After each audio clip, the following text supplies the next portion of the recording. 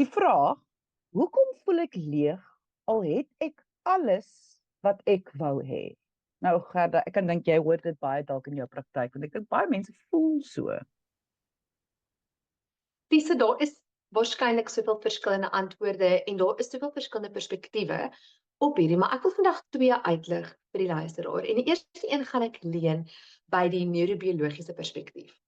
Nou, neurobiologies sê dit vir ons dat wanneer ons 'n toestand van oorweldiging bereik, dat ons eintlik 'n mate van dissosiasie beleef, wat kan voel asof jy niks voel nie. Dit voel amper asof jy bietjie dood voel aan die binnekant, effens lammerig voel. Daar's nie geweldige groot opgewonde emosies nie, maar daar's ook nie geweldige depressiewe emosies nie. En dit kan ons sien as 'n mens amper kan sê dis 'n vriesrespons. Goed. Jou lewe is goed, dit is baie lekker, jy het alles wat jy wil hê, maar miskien is nie alles wat jy wil hê vir jou oorweldiging. Jy weet, as mens dink aan al die eise wat alles wat ons wil hê op ons stel. Jy wil miskien, dalk het jy 'n strandhuis. Goed. Nou een huis is al baie om te onderhou, maar 'n strandhuis is ekstra om te onderhou. En net daardie lekker ding, daardie luksheid, daardie ding wat jy nog altyd wou hê, laai 'n onsigbare las op jou. Of dalk wil jy graag kinders gehad het. Nou kinders is fantasties, maar hulle is 'n groot verantwoordelikheid en hulle plaas 'n eis op jou. En daardie eis, alhoewel ons dit nie noodwendig wil sê dit is 'n eis of dit is baie nie, kan hoog wees. En dit kan miskien jou oorweldig. Dit kan jou sentrale senuweestelsel oorweldig tot by die punt wat jy voel, dis te veel, so nou voel ek niks nie. Jy voel nie groot vreugde nie, die lewe voel vir jou net 'n bietjie dof. Goed. Maar dan is daar 'n ander perspektief. En dit is die perspektief van die eksistensiële terapeut Viktor Frankl. En Viktor Frankl het gesê dat ons nie vervulling in die lewe kry wanneer ons alles het wat ons wil hê nie, maar dat ons vervulling in die lewe kry wanneer ons betekenis en purpose, daardie intentionele, ek het 'n doelgerigtheid aan my lewe. As jy dit in jou lewe kan hê, dan bereik jy psigiese vervulling. Dan bereik jy wat hy van nou praat is om regtig betekenis te kry. En daardie betekenis lei dan daartoe dat jy vreugde ervaar, lei daartoe dat jy 'n dieper koneksie met jouself en met ander ervaar. En ek wil eintlik gou net vir die luisteraars 'n deel uit 'n boek uit aanbied, eintlik om te lees. En die luisteraars moet maar die Engels verskoon, maar die boek is in Engels geskryf. En vir die wat dit nog nooit gelees het, kry dit in die hand. Dit is Man's Search for Meaning. Hy sê hier that man's search for meaning is the primary motivation in his life and not a secondary rationalization of instinctual drives. This meaning is unique and specific in that it must and can be fulfilled by him alone. Only then does it achieve a significance which will satisfy his own will to meaning. Elise, vandag is ons in 'n wêreld waar daar is soveel verskillende dinge en soveel verskillende opsies en soveel verskillende goed wat ons blootgestel is wat vir ons sê dit moet nou betekenis aan jou lewe gee. Maar betekenis, daardie soeke daarna, is diep uniek. Jou betekenis in jou lewe, die roeping wat op jou lewe is so uniek en is so anders as iemand anders se. Maar ons leef in 'n tyd wanneer ons mekaar so vergelyk, ons kyk na ons eie lewens, ons vergelyk dit met ander, en ons fokus meer op dit wat ons wil hê, eerder as op dit wat vir ons lewens betekenis gee. En dit is 'n rede hoekom ek dink baie mense so leeg voel. Ja, want dis juist wat ek wou sê. Die vraag eintlik bewoord dit vir 'n mens, hoekom voel ek leeg al het ek alles wat ek wou hê? En ek dink dit is waar dit vir ons moeilik is as mense, is om te verstaan wat is die verskil tussen wat jy wil hê en wat betekenis is. En dat dit verander ook met hoe ouer jy word. Hoe meer bewus jy raak en hoeveel ervaring jy het in die lewe. Maar nou die vraag is dan nou, Gerda, as jy voel besittings en is jou betekenis. Nou het jy nou die huis en die kar en die swembad en die kinders en die alles. Hoe vind jy dan wat ware betekenis vir jou is? Waar moet jy dan nou gaan kyk? Wat is die hoe? Diese mense kry dit op verskillende maniere en verskillende plekke. Een voor die hand liggende plek waar mense betekenis kry is uit die aard van die saak uit geloof. Jy weet, om in 'n geloofsgemeenskap te wees. En navorsing wys ook vir ons dat mense wat in 'n geloofsgemeenskap gewortel is, het oor die algemeen beter geestesgesondheid uitkomste as mense wat nie is nie. En ek wil nou net dit ook sê, dit is nie te sê as jy in 'n geloofsgemeenskap betrokke is, dat jy gevrywaar is van geestesgesondheidprobleme nie. Asseblief, dit is oral, dit is in elke kerk, dit is in elke moskee, dit is in elke sinagoge, dit is oral, reg?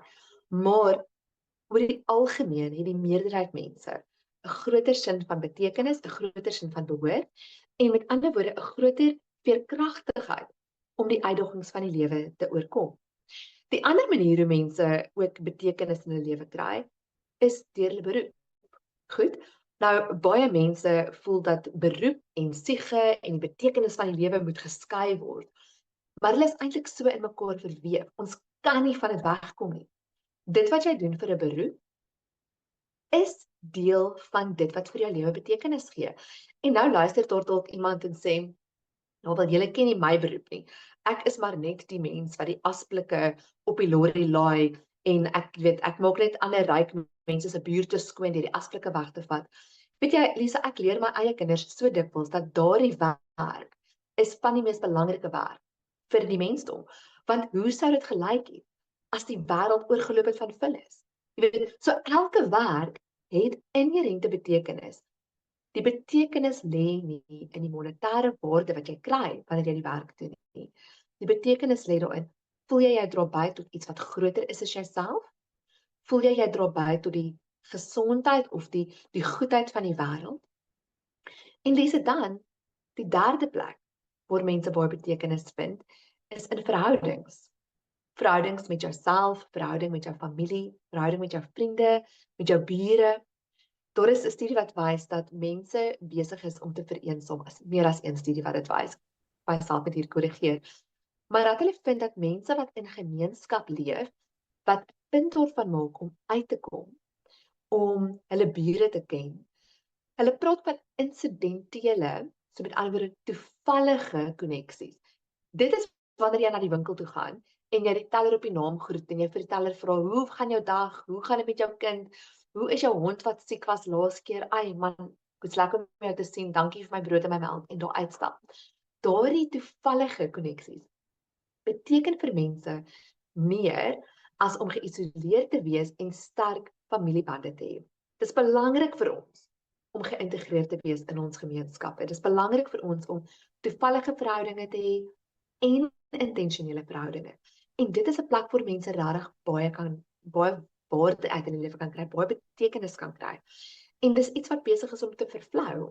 Ons dink ons het baie koneksies, want jy het baie koneksies op sosiale media. Maar hoe lyk jou oomblik tot oomblik, dag tot dag interaksie?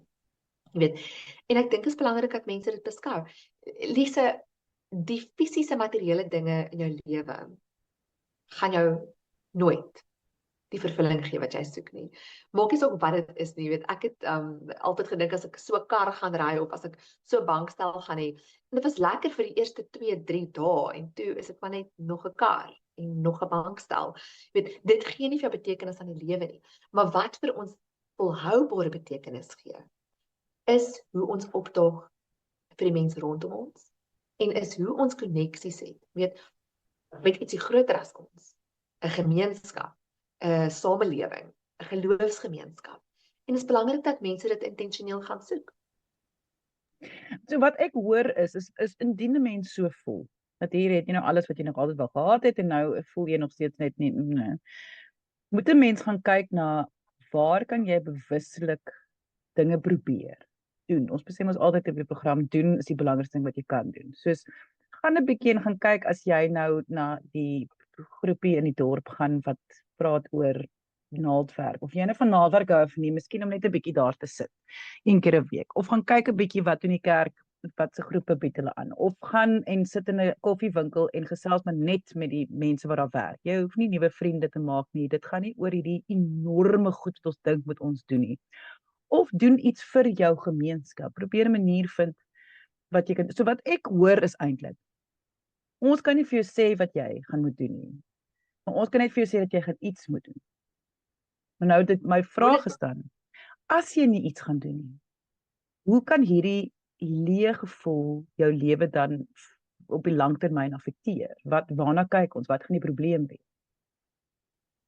Lise, ek bedoel op veelvuldige vlakke. Jy weet, die eerste een is dat dit jou gaan affekteer in jou selfbeeld. Want wanneer ons afgestomp is ons selfbeeld net eenvoudig laer. Ons voel nie ons is dit werd om in koneksie te wees nie. Ons voel ons doen nou niks nie, so dit gaan jou aftakel. Dit kan lei tot 'n verergering van al depressiewe simptome. En dit is wat ek dit wil sien, mense wat hulle self later so isoleer en so depressief begin raak. Dan is daar 'n vreemde ene wat mense nou gaan sien, wat het dit nou met sielkunde uit te waai. Maar dikwels Lise sien ek dat mense finansiëel baie swak besluitnemings doen. Mense maak slegte besluite. Hulle koop spontaan, impulsief, want hulle wil hierdie gat vol maak. En dan maak hulle soms besluite finansiëel wat hulle glad nie goed te staan kom nie. Dit so ek dink daar is 'n interaksie hierso.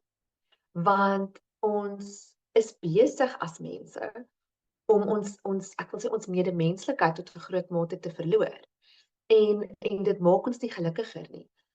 Daar is nie enige studies wat gedoen is op hierdie langtermyn tipe leegevoel nie, want ons leef vir die eerste keer in 'n tyd wat mense dit kronies het, reg?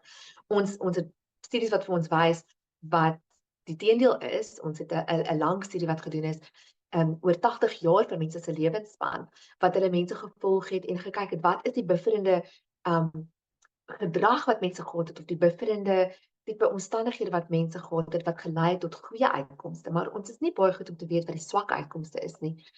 Want ons as 'n samelewing het nog nooit in 'n tyd geleef met soveel diskonneksie, met soveel alleenheid en met mense wat eintlik nie meer weet hoe om iets te gaan doen vir iemand anders nie. Maar dit is belangrik dat mense iets doen, Lise. Daardie nie doen nie. Breek en erodeer later jou hele selfbeeld en jou menswees af. Maar om aksie te neem, bou meer motivering vir die volgende aksie en bou groter. Dis soos 'n ripple effek, daai klippie wat in die water gegooi word. Hoe meer jy doen, hoe groter gaan die impak daarvan uitkring in jou lewe. Maar om net nie aksie te neem nie. Ja, uiteindelik Lise, gaan dit jou aftakel. Dit gaan jou laat glo dat jy nie goed genoeg is nie. Dit gaan jou laat glo dat jy alleen is. En wanneer jy te lank in isolasie leef met hierdie gedagtes, dan raak dit later jou realiteit en jy rig later jou lewe so in. Met wat ons dink, het 'n groot impak op hoe ons leef en dit skep ons realiteit op enorme maniere. As jy 'n vraag het, kan jy e-pos stuur na lise@wieisek.co.za. Ek sê baie dankie aan Gerda Kriel. Sy is 'n kliniese sielkundige van Somerset Wes. Haar besonderhede sal by hierdie gesprek wees. So gaan kyk gerus daar. Deel die gesprek. Mense weet nooit wie het nodig om dit te hoor nie, maar die heel belangrikste, kyk mooi na jouself.